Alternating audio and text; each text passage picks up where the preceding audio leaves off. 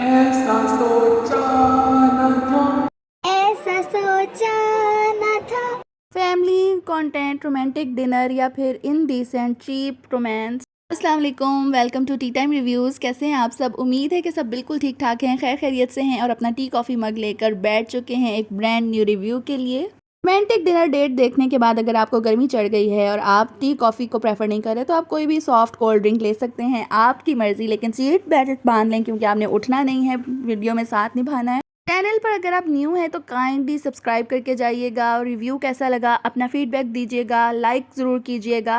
चाय विद मरियम पर आने वाले डिनर व्लॉग यानी कि रोमांटिक डिनर डेट देखने के बाद तमाम व्यूवर्स का इसी उल्लू जैसा हाल हो गया था कि वो परेशान हो चुके हैं, ये क्या हो गया इस कपल को, क्यों ये एक सड़क छाप चीप हरकतें करने वाला रोमांटिक कपल बनकर सामने आ रहा है। डिनर डेट स्पेशली एक न्यूली वेड कपल की अगर रोमांटिक डेट आपने दिखानी है ऑडियंस को तो इसके बेशुमार तरीके हो सकते हैं। आप एक अच्छे से रेस्टोरेंट में जैसे आप गए हैं, वो बहुत अच्छा रेस्टोरेंट है, उसके एस्थेटिक्स दिखाकर, उसका म्यूजिक दिखाकर, कैंडल लाइट डिनर दिखाकर, आपस में गप्पे शप्पे लगाते हुए हंसते बोलते दिखाकर ये रोमांटिक डिनर डेट हो जाती। क्या इसके लिए हाथ पर पकड़ना, किस करना या एक दूसरे को फ्राइज खिलाना बहुत ही ज़रूरी? या अगर लाइव विद मरियम में मरियम ने और हसन भाई ने ऐसे सीन्स रिकॉर्ड करके आपको दिखा दिए हैं, अपनी खुशी का इजहार इस तरह से आपके सामने किया है, तो क्या ये बहुत बड़ा कोई गुनाह कर दिया उन्होंने?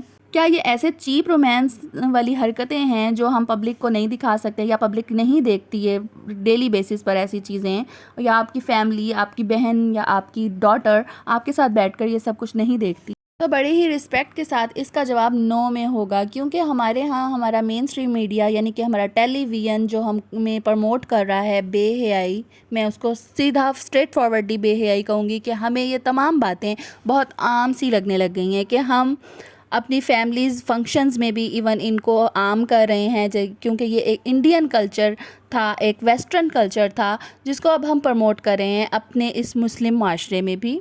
हम अपनी डेली जो टीवी देखते हैं रोज़ाना बैठकर, उसकी एडवर्टाइजमेंट्स देख लें तो उसमें ये तमाम चीज़ें आम हो चुकी हैं, क्योंकि जो कंटेंट होता है ड्रामे का उससे ज़्यादा तो हमें एडवर्टाइजमेंट्स देखने को मिलती हैं और ड्रामा कंटेंट की तो बात ही अलग है, वो तो एक दूसरी पीक पर पहुंच चुका है वल्गैरिटी की। सवाल यहाँ पर ये पैदा होता है कि मरियम ने ऐसा क्यों किया? मरियम की ऑडियंस ये सब कुछ देखना पसंद नहीं कर रही थी, मेजॉरिटी ऑफ हर ऑडियंस उनको ये चीज़ें पसंद नहीं आई, उन्होंने इनको स्ट्रेट फॉरवर्डली क्रिटिसाइज़ किया है। कैसे क्रिटिसाइज़ किया है मैं आपसे थोड़ा सा शेयर करना चाहूँगी। सीधी सी बात ये है, हमारे डेली व्लॉगर्स जो हैं इनकी कोई स्पेशल ट्रेनिंग नहीं हुई, इनकी कोई स्पेशल व्लॉगिंग के लिए एजुकेशन नहीं है। इंस्पिरेशंस वही इन्फ्लुएंसर्स हैं जिनको इस तरह की वीडियोस बनाने के बाद बहुत ज़्यादा व्यूज़ आ गए और उन्होंने रेवेन्यू जनरेट कर लिया, या फिर इनकी इंस्पिरेशन हमारा मेन स्ट्रीम मीडिया है जहां पर ये सब चीज़ें प्रमोट की जा रही हैं, उनको फ़ौरन फंडिंग हो रही है। इसके पीछे क्या एजेंडा है, ये एक अलग डिटेल्ड बहस है, इस पर हम सबको रिसर्च करनी चाहिए और सोचना चाहिए। मरियम के इस व्लॉग का स्टार्ट बिल्कुल नॉर्मल था, जैसे वो हमेशा करती हैं। अपने बेडरूम से हस्बैंड के ऊपर कैमरा रख के उन्होंने इंट्रोस्ट किया, उसके बाद वो रेडी हुई, उन्होंने अपनी ऑडियंस को दिखाया, माशाल्लाह बहुत अच्छी लग रही थी, पूरा कपल बहुत अच्छा लग रहा था। हसन भाई ने उनके साथ जो ट्विनिंग की थी वो भी बहुत डिसेंट लग रही थी। इसके बाद जनाब एक और जो क्रिटिसिज्म आया है वो हसन भाई के बोलने पर आया कि जनाब ये रजब भट्ट को कॉपी कर रहे हैं, ये पाकिस्तानी दूसरे जो यूट्यूबर्स हैं फेमस हैं उनको कॉपी करने की, उनके स्टाइल को कॉपी करने की कोशिश कर रहे हैं, जो कि बहुत चीप लग रहा है, सस्ता लग रहा है, रजब भट्ट की सस्ती कॉपी है।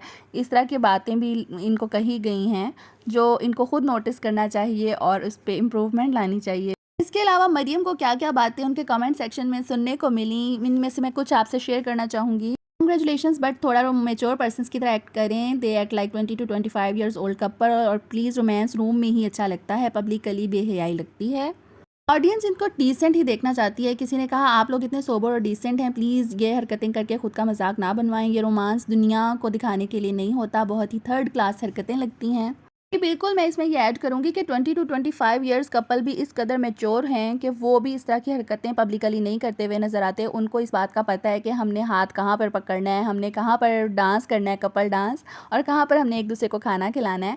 प्लीज़ बेडरूम वाले काम बाहर मत करें, ये छिछोरापन है। ड्राइंग रूम को बेडरूम में कन्वर्ट करके इसका मतलब ये नहीं बेडरूम वाली हरकतें बाहर स्टार्ट कर दें, छिछोरा एंड छिछोरी। बस ये छिछोरापन अच्छा नहीं लगा, बाकी सब बहुत अच्छा लगा। आप और आपके हस्बैंड सब अच्छे लगे, बस हसन भाई का सोचा नहीं था उस तरह से छिछोरापन करेंगे। मैंने आपसे कुछ कमेंट्स शेयर किए हैं, इसी तरह के मोस्ट ऑफ द कमेंट्स इसी किस्म के थे जिसमें मरियम को पॉजिटिव रहकर व्लॉगिंग करने को कहा जा रहा था। सिंपल उसके व्लॉग्स लोग बहुत पसंद करते हैं, इस तरह की हरकतें करने की ज़रूरत नहीं।